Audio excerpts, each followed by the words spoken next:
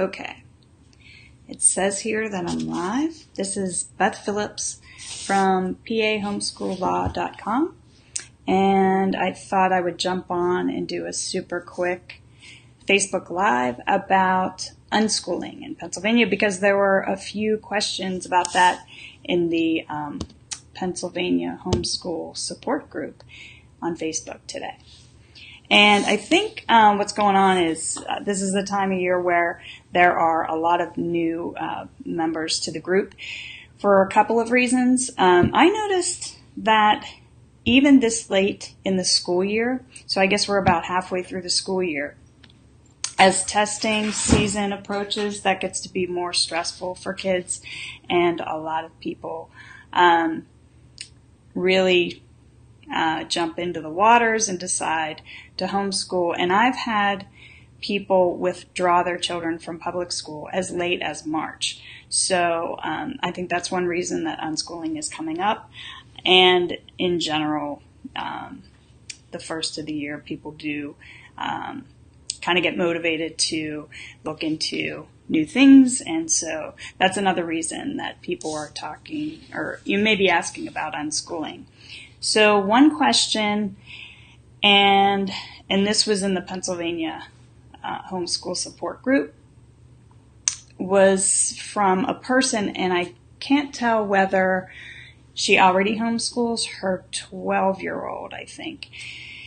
And she was talking about basically her advanced studies in certain subjects. And I may be confusing it with another question.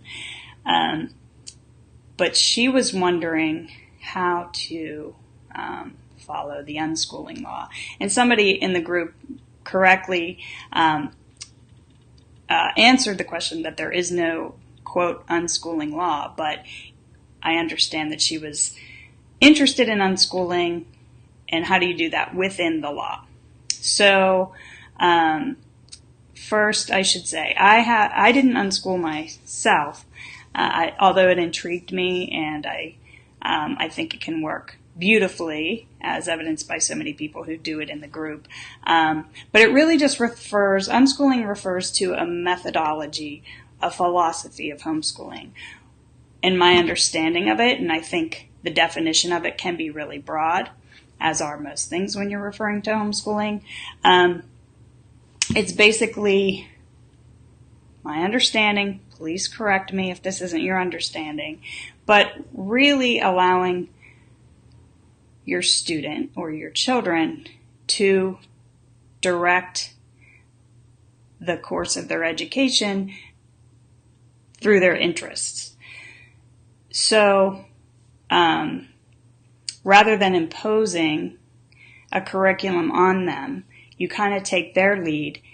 And within that framework, I think there's a range or a spectrum where on one end, parents really just let their kids wake up every day and decide what to do every day and go from there. They really don't plan to provide resources, any specific resources. They kind of just see what happens day to day. And that can work legally for if that appeals to you. If that's what your personality type is and your child's personality type is, that really can work beautifully. There's no reason that it can't. And then on the other end of the spectrum, I think there are parents who follow an unschooling philosophy that really spend a lot of time providing resources, finding, tutors, finding classes, even though their children are sort of leading the way in finding, to accommodate their children's interests. So it can be even more structured and even more demanding for the parent in supporting the unschooling philosophy. And in either respect, it can meet the requirements of the subject requirements of the PA Homeschool Law. And I think it just takes changing your mindset and maybe redefining what constitutes a subject or how to meet that requirement. So, for example, I do think that a lot of us come to homeschooling from our own conventional, if we had a conventional educational background. So our definition of math is pretty limited, or can be. What would be considered math or any one of the other subjects, or what social studies is? I think we have a really limited mindset of what that is, or a really limited definition of what that can be. So I think to satisfy an evaluator that an appropriate education has occurred and that you covered some of the subjects that are required in the elementary, because as somebody correctly pointed out, each level has subject requirements, but not every subject is required every year. So whatever you intend to cover, or if it's going to be super general because you want to not pin yourself down, you still can satisfy the requirements by just learning how to characterize, to the satisfaction of an evaluator who understands how you're approaching homeschooling, how you characterize it, sort of, or define it according to the law. And so I think it can be really broad and really rich. So I just wanted to get across that there's no, quote, unschooling law, but you can successfully unschool according to the law, according to the Pennsylvania Homeschool Law, if you kind of broaden your definition of subjects.